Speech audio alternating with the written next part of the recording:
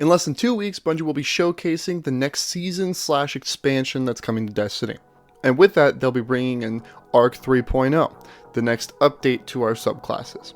Now, we got Solar 3.0 this season, and so far it's been really nice, but today I thought we'd take a look and see exactly how it delivered and how it stacks up in the general sandbox of the game.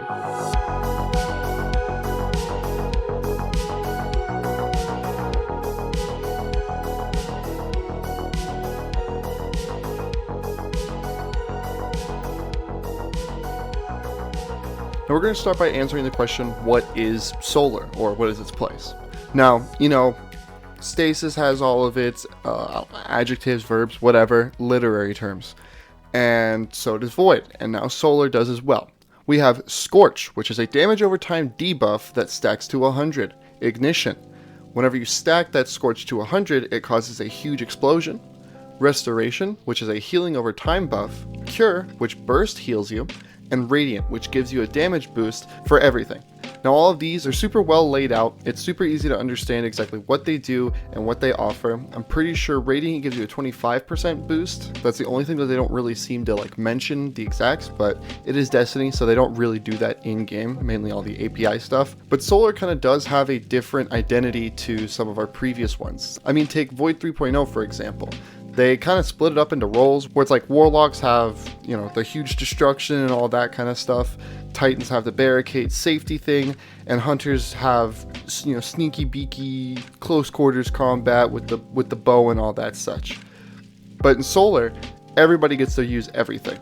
It seems to be that everybody can heal the same, everybody can damage the same, everybody can buff the same, they can all scorch the same, they can all cause the same kind of explosions. The only difference is between supers and aspects. Let's talk about the supers and kind of, how they impacted things. So first we're going to start with Hunters. Golden Gun didn't really change much performance-wise, maybe a few timers here and there, maybe some damage, but generally speaking, it still hits just as hard. It's still, just as good in PvP and PvE, so not really much change there. Next we have Blade Barrage, which became significantly stronger.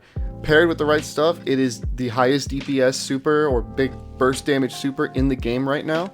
It's got better tracking, more damage, and it's just finally useful, which is really nice, Second, we have Titans. Burning Maul got a huge damage buff in PvE. Now puts in extremely good DPS, for a super on a single target, which is really nice. I've used it in soloing, dungeons and all that.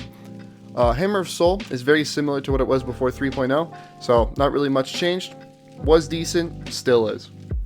Last, we have Warlocks. Well of Radiance got a slight nerf. It doesn't really do an overshield anymore, since overshields are a void thing or whatever. They kind of try to distinguish Bubble and Well, where Bubble is supposed to be the protector whatever class, and Well is supposed to be the DPS pool of light that we know it is today. Either way, it's still really good and, didn't really get changed too much. Now, Daybreak also didn't really get changed too much. Still ad clear, similar to the past. Warlocks have always kind of been the strongest Solar class for any mode, so I didn't really expect a lot to change with this. Let's talk about the interactions. So, first we have the new perk Incandescent, which spreads Scorch. Now, it does 50 just base, but with the right combos you can get up to 85, which is just shy of that nice 100. So you can basically just spread ignitions after ignitions after ignitions, which is top tier. It's amazing and it looks beautiful. There are also exotics that spread Scorch, Skyburner's Oath being one of them. I think it does 35 per bullet, but don't quote me on that. This is a guide, but not the informative type. There are also some really fun builds like melee builds, Hunters with Caliban, or Hammer Titans with Synthos, or Worm God Caresses. And with that, let's talk about build potential. Now when it comes to Solar 3.0, I believe that builds are pretty easy to understand, which makes them even easier to spec into. You know what everything does, you know what to target for, and boom, there you go, you can make your build.